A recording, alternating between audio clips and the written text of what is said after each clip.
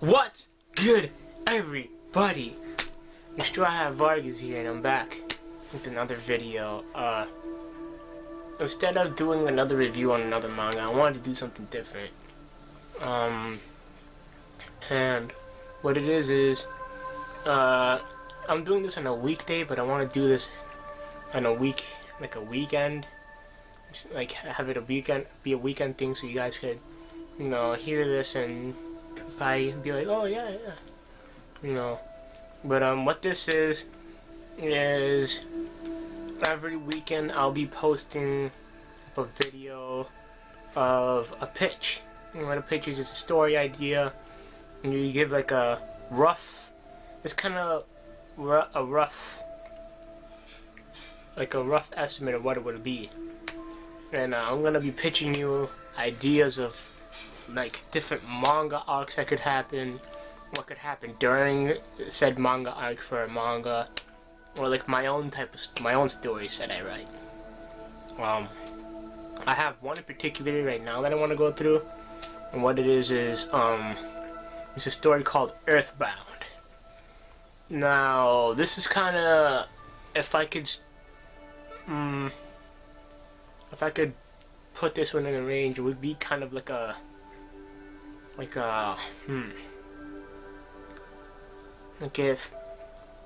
Mob Psycho meeting Dragon Ball type of thing. So this is set in this manga is set in a type of more technological based world where we got all this technology everywhere. We have flying cars, we have robots, we have everything, everything. And the main character is called Ezekiel. His father's name is Brig, and there's one more person that's name is Isaac, but I'll get to that in a moment. And the way this story starts off is, what happens is, it goes on a whole basis of what exactly this world has to offer. And pretty much that before, there's a planet above Earth that's it's the same thing as Earth, but the people living there have more of a,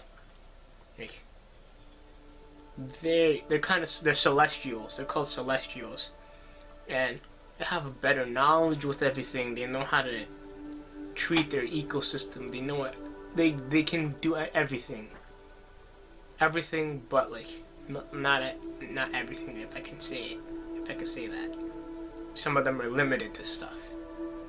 But these are strong beings, the strongest beings. Well, not the strongest, but strong beings within the universe. And Ezekiel's father is a celestial, just to point that out. And yet his father ends up going down to Earth, because what's happening right now within him leaving to Earth is there's a war going on within Earth and the Celestials. And to note, the Celestials planet is called Planet X. And what this is Earth. The Celestials want to go to Earth to make a treaty with them to be able to go to both worlds, so that both worlds could go visit each other and kind of, see exactly what they have to offer. But Earth decided, no, you guys are from a different world, you guys are extraterrestrials, exactly how you would think we'd treat them, and pretty much shoot them off, and then they go back and forth with remarks, and war happens. With this, Brig is tired of living in his world. He doesn't want to see the same stuff anymore, and he's done with being in their military, and he leaves. Now, he goes to Earth, meets Ezekiel's mother, and hence Ezekiel's born. With this, Boreg ends up joining the military of Earth and ends up meeting Isaac, the other character within the story, and pretty much they fight off the Celestials, and the Earth wins, but barely. Like they lose a big margin. They lose a really big margin of their own people. With this, it kind of, for Ezekiel, his story starts off with, like, he doesn't really know how to control his powers at all as a Celestial. So there are times where he'll be sleeping and then something will just happen and he'll break and his powers will go out of control. With what happens at this point, he ends up getting bullied in school, and he breaks again. Like I said, he breaks, and his powers end up going control. Uncontrollably wrong. And we see the water in this cup that he had start just moving, levitating. His spoon everything within the room ends up going like bonkers. His mom ends up coming in, reading him a nursery rhyme to calm him down, and he ends up calming down. She tells him to go to his room. He goes to the room, and she's thinking like I don't know how to deal with this. I don't know how to deal with a kid like this. What do I do? And she's thinking in her head, and she thinks up an idea of sending him to a mental institution. Pretty much what happens is, she's like, this isn't a good idea, I shouldn't be doing this, this is my son, like, I can't do this to my son. Pretty much what happens is, she does it, she calls up the police take him. Ezekiel screaming like, why the hell are you doing this? Wow, like, you shouldn't be doing this on your son. I won't do this again, I promise. They take him. Ezekiel's crying in the police car, and they tell him, oh, shut up, you're worthless. No one's gonna, where you're going, no one's gonna give a shit about you. You're just a waste of space. And he ends up going out of control. His powers go out of control. And pretty much, we see tsunamis starting to form. Cracks in the earth, cracks in the ground coming out. And what he ends up doing with his powers is he breaks the front side of the car.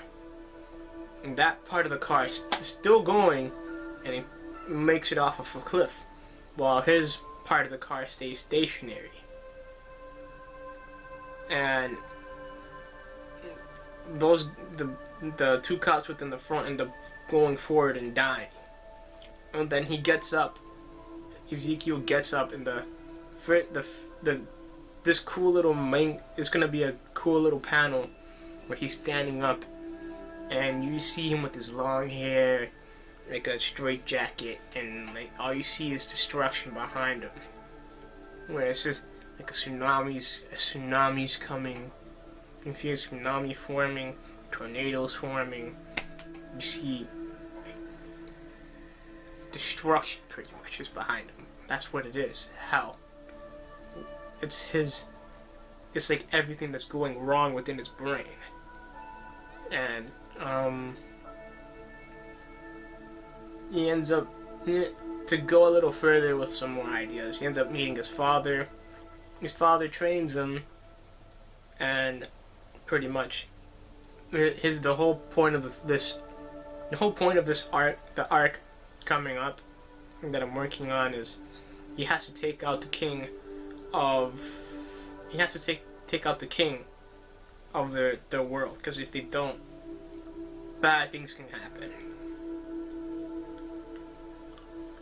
To go more forward with more ideas that I had one idea where I was sleeping and I had like little, with the dream I had, it would show like little clips of manga panels and like a description of what's gonna happen.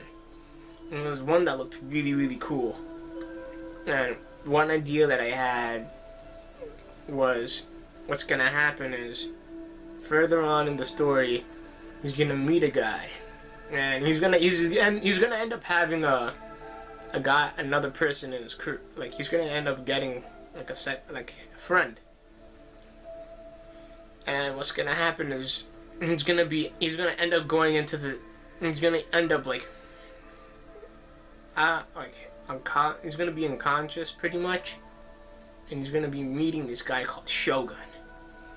And what Shogun is this like this higher being in this world, where he's stronger than him, stronger than most beings in the world. Again, there is someone higher than Shogun, but I won't get into that, at least not yet, because I want to keep that to myself. Shogun is one of the higher beings in the universe, and he ends up he ends up talking about himself briefly, and talking about what's gonna happen. And this is after the fight with the king. So he ends up showing himself, telling, "Oh, you have a bigger purpose in life. I know you're gonna have a bigger purpose. Just keep going, keep training, and just keep progressing." And I end up giving a little reference. And what happens is, before Shogun talks to him about what's gonna happen in the future, is Ezekiel looks at him. He's like, "You remind me of something." And I had a little cheeky idea where he'd have a thought bubble in his. He'd have a thought bubble, and it'd show Ant-Man, and it'd show Ant-Man going from small to huge. And he's like, nah, it's whatever. And because I love comics and stuff. I don't only read manga, if that's what you're thinking. I love comics. I have a bunch of comics in a drawer right now, and pretty much what it is like it's like a little cutesy reference. Another idea that I had was there'd be a point in the manga where he'd have to take out these deities, like not like deities in the sense that they're gods, but deities at the sense that like they're strong. Well, they kind of are gods, kind of. Well, in my story, at least, they're kind of like gods. And what it is he ends up seeing Father Time, and what he has to do is that he has to kill Father Time. The reason why I will say he has to kill Father Time, and what we see is him walking towards Father Time, and the floor he's walking on is translucent, so you can see through it. And what it is you can see through it. And this is Ezekiel at his prime, walking. And as he's walking, you can see on the bottom of on the other side of the floor, you see through it. And what it is you see a more older Ezekiel under, walking, and we see Father Time in front of him, getting up, and he has his scythe in his back, and just takes it out. All these clocks around them forming, well, not forming, but getting closer to them. And Father Time's like, "It's your time to die." And Ezekiel's like, "No, I still have some time left. It's your time to die." And we get to see, within this panel, we see a young Ezekiel at his prime, and then under him, in his translucent, on the translucent floor, we see old Ezekiel. And then for Father Time, it's all the way around. We see Father Time, really, really old. He's really old. He's an old man with his scythe, but he's a strong old guy. And we see in the floor a young, at his prime, Father Time. And what happens is they go into battle, and pretty much the whole battle will be like a badass fight.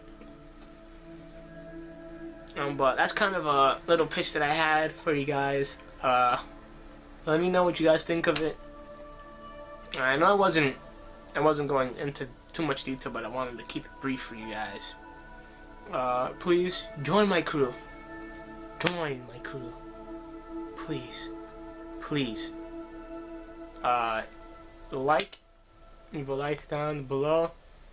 And like always, stay crispy.